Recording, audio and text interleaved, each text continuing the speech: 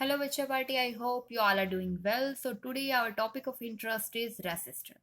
In this video, we are going to elaborate you that what is resistor, the series combination of resistors, and the parallel combination of resistors. हाँ जी, basically देखिए it is the definition of resistor. Resistor is an object of some conducting material having resistance of a desired value.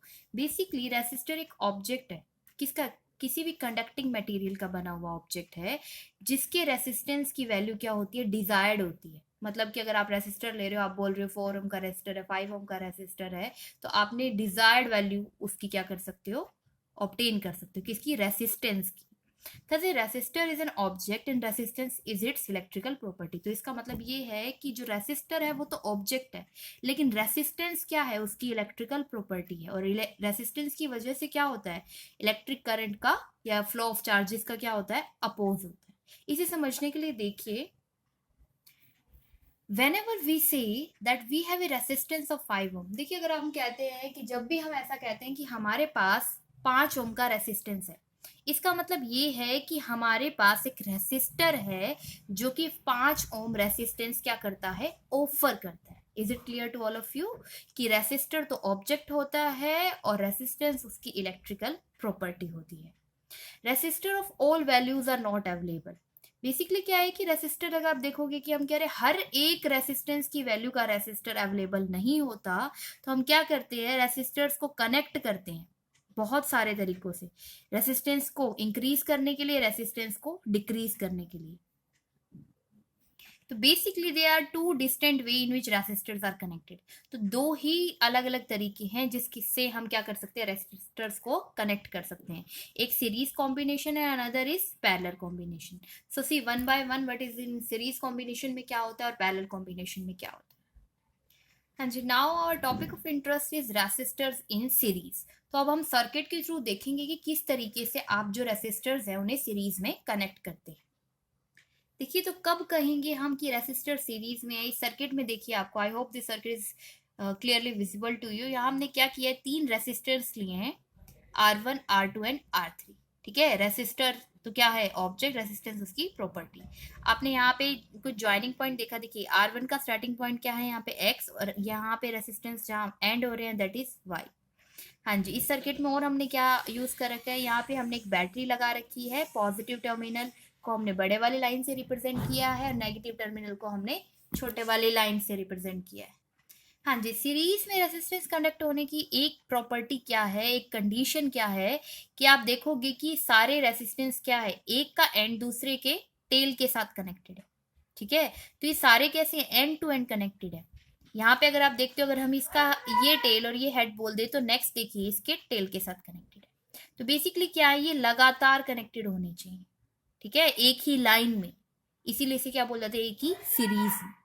और एक और condition कि इनमें से current कैसा flow करना चाहिए, सेम करंट फ्लो करना चाहिए। देखिए यहाँ से बैटरी से आने वाला जो करंट है वो आई ही हर रेसिस्टेंस के अक्रॉस क्या कर रहा है, फ्लो कर रहा है। R1 के अक्रॉस भी, R2 के अक्रॉस भी और R3 के भी। जब ये करंट डिफरेंट डिफरेंट रेसिस्टेंस के अक्रॉसेस फ्लो करेगा, जैसे आई के अराउंड जा रहा है, R1 के अराउंड जाएगा, फिर R2 के अराउंड जाएगा, R3 के अराउंड जाएगा, तो आपके पास 3 डिफरेंट वोल्टेजेस होंगी। क्यों, क्योंकि ओम्स लॉ क्या कहता है, V is equal to I R. तो I R1, I R2, I R3। अभी हम आपको शो करके दिखाते हैं कैसे। तो टोटल वोल्टेज क्या होगी, V, जो किसका सम होएगा, V1, V2 और V3 का। हाँ जी बच्चों पार्टी, देखिए तो टोटल वोल्टेज जो अभी हमने बताई वो किसका सम हो जाएगा, V1 प्लस V2 प्लस में V3 का। और V1 के अक्रॉस जो रेसिस्टेंस R1 है, ठीक है, तो V1 क्या होगा, मतलब वोल्टेज अक्रॉस रेसिस्टेंस R1 किसके इक्वल हो जाएगी, आई R1 की, क्योंकि ये किसको फॉलो करता है, ओम्स लॉ को। ओम्स लॉ की स्टेटमेंट क्या थी, V is proportional to I, and जब हम सोल्व करेंगे तो हमारे पास क्या आ जाएगा, V is equal to I R. तो करंट आपका तीनों ही केसेस में सेम था, क्या चेंज हो रही थी, सिर्फ रेसिस्टेंस की वैल्यू R1, R2 और R3। तो आपके पास 3 डिफरेंट वोल्टेजेस की वैल्यू आ जाएगी। अब ये तीनों डिफरेंट वोल्टेजेस की वैल्यू आप क्या करोगे, इस इक्वेशन में पुट कर दोगे।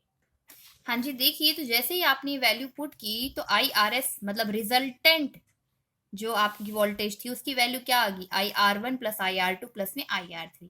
आई करंट इस सर्किट में फ्लो होने वाला सेम था। यहां से अगर आप आई कॉमन लेते हैं तो आई से आई कैंसिल हो जाएगा, आपके पास टोटल रेसिस्टेंस की वैल्यू आ गई R1 प्लस में R2 प्लस में R3। तो ये इक्वेशन क्या रिप्रेजेंट करती है यहाँ पे, इक्वेशन रिप्रेजेंट करती है कि आप अगर सीरीज कॉम्बिनेशन में जितने नंबर ऑफ रेसिस्टेंस आप कंबाइन करेंगे, ठीक है, कनेक्ट करेंगे, उतना ही इक्विवेलेंट रेसिस्टेंस होगा। और इक्विवेलेंट रेसिस्टेंस किसके इक्वल होगा? सम ऑफ इंडिविजुअल रेसिस्टेंसेस की। जैसे आप यहाँ पे अगर आपने यहाँ पे 3 रेसिस्टेंस लिए तो R1 प्लस R2 प्लस में R3 किसके इक्वल है? इक्विवेलेंट रेसिस्टेंस के। तो हमें ये भी पता लगता है कि रेसिस्टेंस क्या होता है सीरीज कॉम्बिनेशन में? इंक्रीज होता है। और सीरीज सर्किट में करंट क्या रहता है? Through out the circuit same रहता है। देखिए एक और छोटा सा की पॉइंट है अंडरस्टैंडिंग पॉइंट ऑफ व्यू से, आप याद रखिएगा कि आपको कहाँ से क्या स्टार्ट करना है। सीरीज में अगर आप देखते हैं, हाँ जी विजय पटेल, सीरीज में अगर आप देखते हैं तो क्या चीज डिवाइड हो रही है? वोल्टेज डिवाइड हो रही है। ध्यान रखना हमने डेरिवेशन की स्टार्ट कहाँ से की थी? टोटल सम ऑफ वोल्टेज से। तो आपको सर्किट में वो चीज लेके यूज करनी है जो कि क्या हो रही है? डिवाइड हो रही है। करंट क्या था? सेम था। ये किसके बारे में बात की? जब हमने रेसिस्टर्स को सीरीज में कनेक्ट किया है। अब हम रेसिस्टर्स को पैरेलल में कनेक्ट करके देखेंगे और फिर देखेंगे कि क्या चीज चेंज हो रही है। अब आप बोलेंगे मैम यहाँ पे R1 R2 R3 भी तो चेंज हो रहे थे, आपने R1 R2 R3 से स्टार्ट क्यों नहीं किया? क्योंकि ध्यान दीजिए जो इलेक्ट्रिसिटी है इसका बेसिक क्या है? Ohm's law. और ओम्स लॉ ने सिर्फ 2 ही क्वांटिटीज ली थी, वोल्टेज और करंट। तो अगर एक चीज जो कांस्टेंट है उसे कांस्टेंट रखनी है, जो चेंज हो रही है उसी को लेके हमने इसको क्या करना है? ड्राइव करना है। तो यहाँ पे करंट सेम था, क्या चीज चेंज हो रही थी? वोल्टेज। इसीलिए इसका डेरिवेशन कहाँ से स्टार्ट हुआ? वोल्टेज से। That total voltage is equal to sum of V1 plus में V2 प्लस में V3। हाँ जी, now our topic of interest is resistors और रेसिस्टेंस इन पैरेलल। जब ये रेसिस्टर्स को पैरेलली कनेक्ट किया जाता है तो देखिए क्या होता है। हाँ जी, I hope this diagram is clearly visible to you. यहाँ देखिए हमने क्या लिया है, 3 रेसिस्टेंसेस लिए हैं, लेकिन वो कैसे कनेक्टेड है? पैरेलल में कनेक्ट किए गए हैं, एक दूसरे के पैरेलली, ठीक है। और देखिए सर्किट में हमने एक की लगाई है और एक बैटरी लगाई है। V वोल्टेज है बैटरी की, यहाँ से करंट जो फ्लो कर रहा है देखिए, क्योंकि यहाँ पे क्या है, जब हमने पैरेलली कनेक्ट किया तो करंट एक पॉइंट पे आके डिवाइड हो रहा है। This is known as junction point, ठीक है। अगर हम इसे देखें तो यहाँ पे क्या है? करंट डिवाइड हो रहा है। कितने पार्ट्स पे? 3 पार्ट में। मैंने आपको लास्टली भी समझाया था कि जब आप रेसिस्टर्स को सीरीज या पैरेलल कॉम्बिनेशन में देखते हैं तो आपको 2 ही क्वांटिटीज पे ध्यान देना है, वोल्टेज और करंट। और जो क्वांटिटी चेंज हो रही है या डिवाइड हो रही है उससे हमने डेरिवेशन को स्टार्ट करना है। यहाँ पे चेंज या डिवाइड क्या हो रहा है? करंट चेंज हो रहा है। कितने पार्ट्स में? 3 में, I1 I2 I3। तो हम इसको स्टार्ट कहाँ से करेंगे? टोटल सम ऑफ करंट किसके इक्वल होएगा? I1 I2 प्लस में I3 के इक्वल होगा। हाँ जी बच्चों पार्टी देखिए, तो टोटल सम किसके इक्वल है? I1 प्लस में I2 प्लस में I3 की। तो करंट I1 की वैल्यू क्या हो जाएगी? क्योंकि ओम्स लॉ क्या कहता है? V is equal to IR, और आपको क्या लेना है? I। तो I क्या हो जाएगा? V by R। क्लियर है इतना? V is equal to IR होता है और I क्या हो जाएगा? V by R।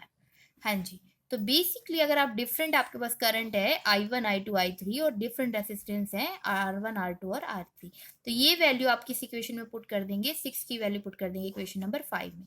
I1 I2 I3 की जगह आप ये वैल्यूज पुट करिए, जो आपके पास रिजल्टेंट करंट आएगा दैट इज इक्वल टू, हाँ जी बच्चों पार्टी, तो आपके पास कुछ इस टाइप की इक्वेशन आ जाएगी, that total current is equal to V by R1 plus V by R2 plus V by R3।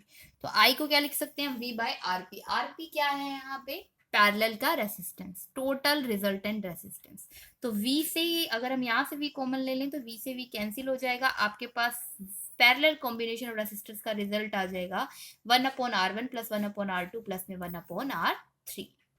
हाँ जी, here the important fact about parallel combination.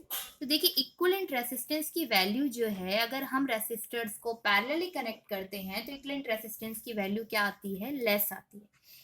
Clear है इतना?